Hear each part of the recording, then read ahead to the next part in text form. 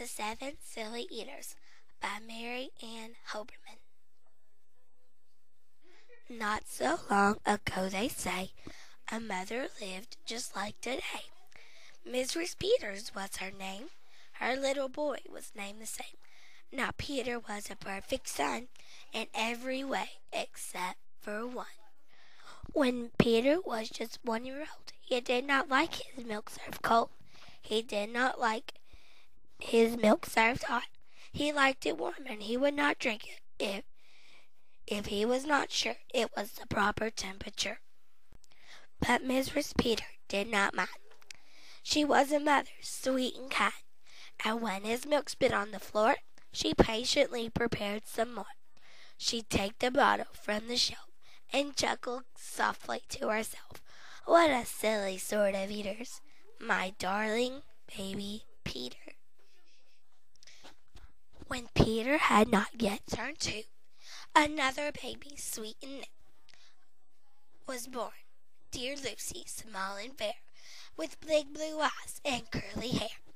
But long before this child was grown, she had opinions of her own, of what she'd eat and what she'd not.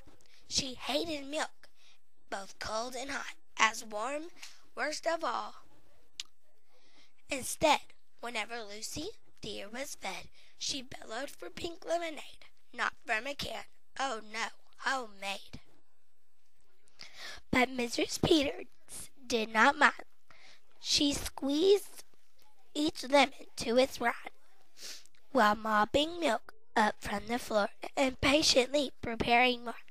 She'd take the lemons from the shelf and giggle softly to herself. What a silly pair of eaters are Lucy dear and Peter Peters. Now Lucy grew and Peter grew till he was 3 and she was 2. And who was 1? Why, little Jack, with eyes so brown and hair so black, a happy baby, never cross, but all he eat was applesauce. Peeling apples by the pound, Mrs. Peter faintly frowned. She'd take the apples from the shelf and murmur weakly to herself, what a silly bunch of eaters are Lucy, Jack, and Peter Peters. Peter, Lucy, and young Jack had another brother, Mac. Mac was charming, round, and plump, but if his oatmeal had a lump, Mac would dump it on the cat. Mrs. Peters hated that. But since she loved her children 4, she strained the oatmeal 2 times more. She'd take it from the pantry shelf and mumble sadly to herself, what a foolish group of eaters are my precious little Peters. Before another year was through, who came along? Why, Mary Lou. She was a darling, sweet and bright, and had a healthy appetite. This is as long as she was fed soft and squishy homemade bread. Poor Mrs. Peters got no rest, but still she did her very best. She'd take the flour from the shelf and mutter feebly to herself, what a fussy bunch of eaters are all my lovely little Peters. What happens next?